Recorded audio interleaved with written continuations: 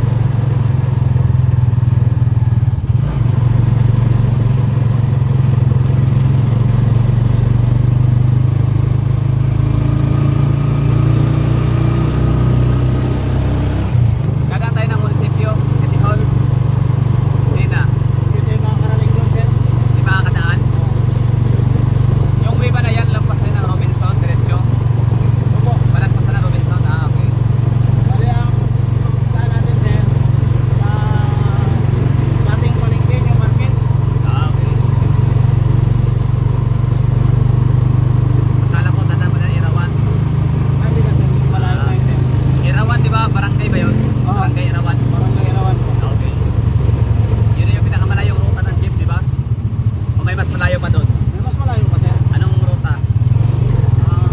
Pinakamalayo sir na Galing doon sa Rizal Avenue. ano sir, Iwahig. Iwali. Yun yung may Firefly. Oo. May Firefly, may Kapag ka mamaya uwi tayo, siyempre, mga anong oras, alas 4:30, no? Alas 5, pwede yun, no? pwede naman yun sir. Oo. Magabi na rin yun sir. Sa gabi naman po. Ang gabi ang. Ang tour nila doon. Oo. Hindi ibig sabihin, yun yung pinaka-the-best time na uwi tayo, alas 5, di ba? Kasi may araw pa, no? Oo. May liwanag pa. Pwede rin sa inyo sir kung gusto nyo ng pero palagay ko wala rin sunset pag ganitong malabo ang panahon. Ay, oo. Siya okay lang. Hindi ko naman talaga interest ang sunset. Gusto ko lang din matry magdagat sa Puerto Princesa. Yung ano ba yung, pwede natin madaan na sunset yung Iwahig? Ay hindi sir, malayo na. Malayo ba yun? Akala ko one way lang. Malayo yun sir. Samahan Okay. pa siya ng Irawan sir. Akala ko yung parang yung madadaan na lang natin. Oo. Hindi pala. Okay sir. Sunset yun. Ano yun eh. Maganda daw yun. Firefly watching. Ano yun sir? Iwahig prison? Yung firefly watching, mabinta yan sa mga bagets. Oo sir. Kasi tayo, lumaki naman tayo maraming ganyan, di ba? No? Ayun, sa mga batang, mga bagong ano lang, sibol. mga ano sir, Hindi nila naabutan yan. mga hindi nila nakita yung tap-tap.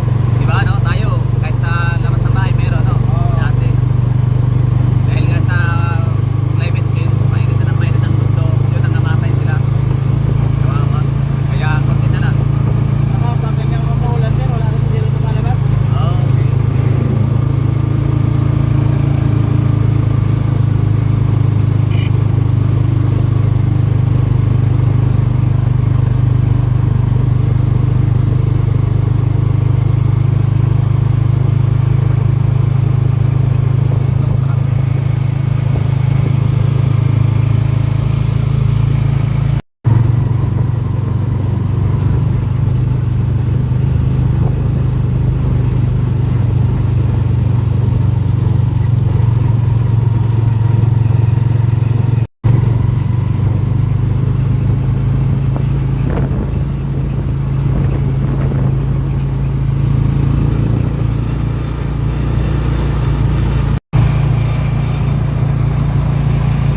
So ito ba itong dinaanan natin ngayon, hindi ba ito nadadaanan kahapon papuntang ano? Hindi namin ito nadaanan papuntang Crocodile Farm, Irawan? Ito talaga ang daan sir. Ah, Ito yung daan papuntang Irawan. yeah, okay. Opo. Crocodile tsaka kuan, Ayan, sir. Baker's Hill.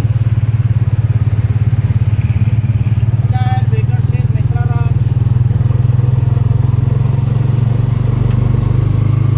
Butterfly Garden.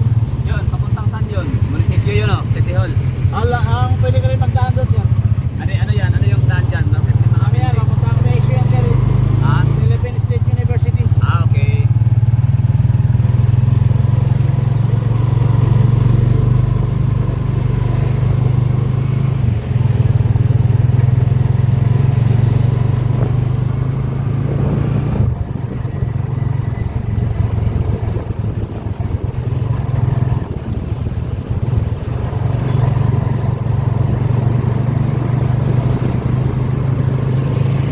Ay, nakapunta ng El Nido sir. Nakapunta na yun. Kapalabang, kuya. Hello yan sir.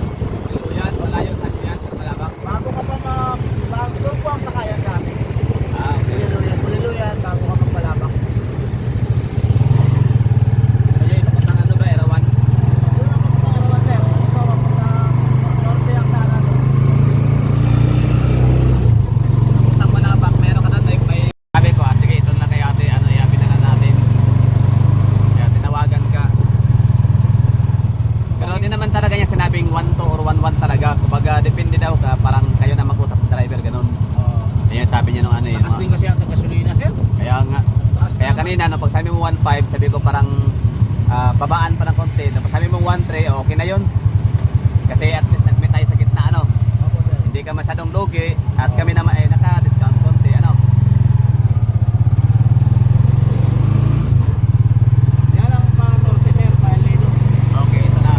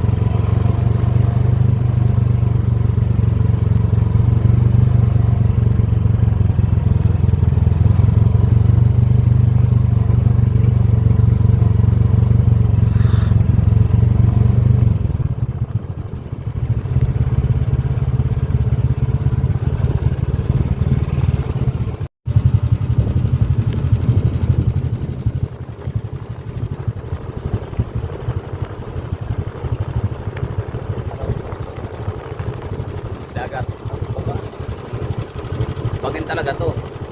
Bakit talaga sir? Oo. Hili ito ng bundok.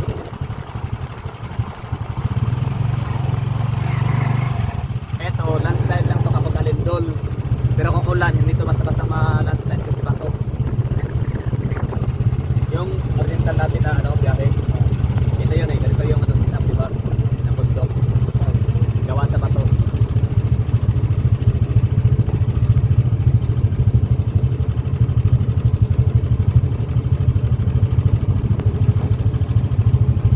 Saan yung may nalasrasya daw?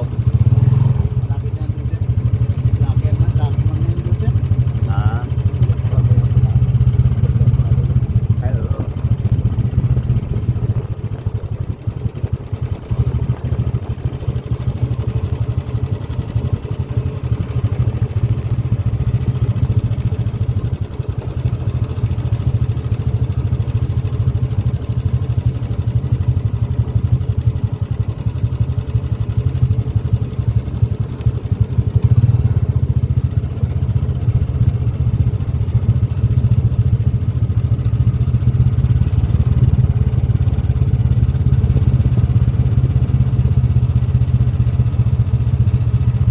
Yan, pangin yan sir.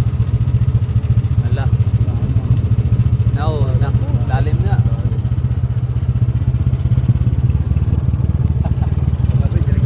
Hmm. Kaya nga may ano doon, may reflector.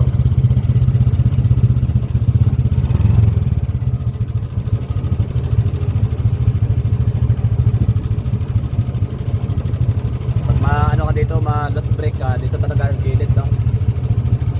Para at least, pag dito mo ibangga sa gilid, hulog ka dyan. Wala. Ayan, dito ka talaga. Oo. Yung mga ano kasi dito sir, yung mga driver na ano, yung mula dito, pas-pas ka, pag pinamasmasan ka nila, Hmm. bilis pa. Kaya pagdating doon, ano yung preno nila, dahil dito, pababa pa ng gusto ito.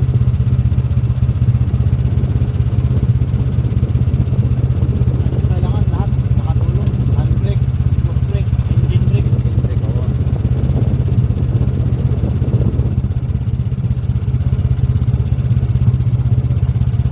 Dito pa rin naman tayo ng scooter.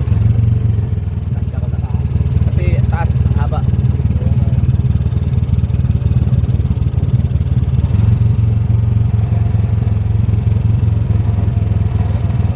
Kaya nga.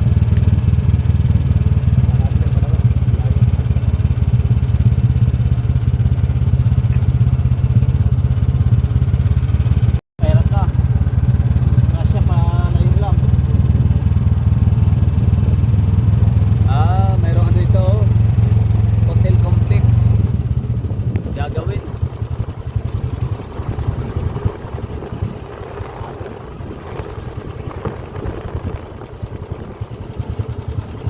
Kaya ang mas recommended ni ano. Ayun, no. Sabi ko, 'di ba, na sa ano ko pa lang, the way tawag nito the way i-explain or the way i-describe ng mga ayun na nga, no. The way mag-explain, mag-describe ang mga taga Puerto Princesa City tungkol sa nagtaob, ano to? O basta Nagtaon Beach Resort.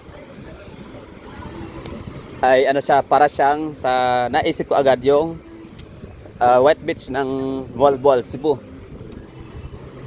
Na pagkapasok mo, bubungad sa iyo yung ano, entrance lang pinagkaiba. Ito kasi walang entrance, no? For free lang talaga siya. Doon naman sa kabila ay ano, sa Malbal naman, Cebu, ay meron siyang bayad na 15 pesos ba yun or 25. Ay pagkapasok mo sa loob, ito na may mga tindahan. May makikitang mga stalls, inuman. Okay, welcome. Nagtaob Beach. Ay Montebon. Tama ba? Montabon. Basta.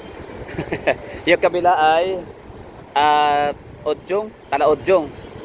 Parang doon yata doon sa kabila na ang sabi nung aking nung management, no, ng tinuluyan nating Airbnb ay ano nga daw siya, mas maganda sa Talaod yung gawa nung plain. Yung tubig, hindi gaya nito na napakalakas ng current. Tapos maalon. Okay lang.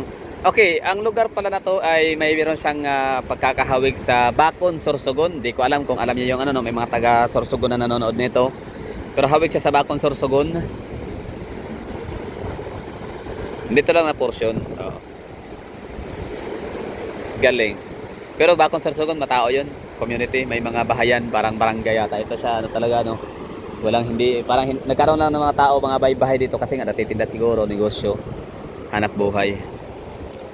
O, ito yung tsura. Tsaka meron siyang hawig naman sa Nasugbo, Batangas. Merong ano doon eh, merong beach resort sa Natog Ilaya. Hindi ako sure, basta ano, Nasugbo, Batangas.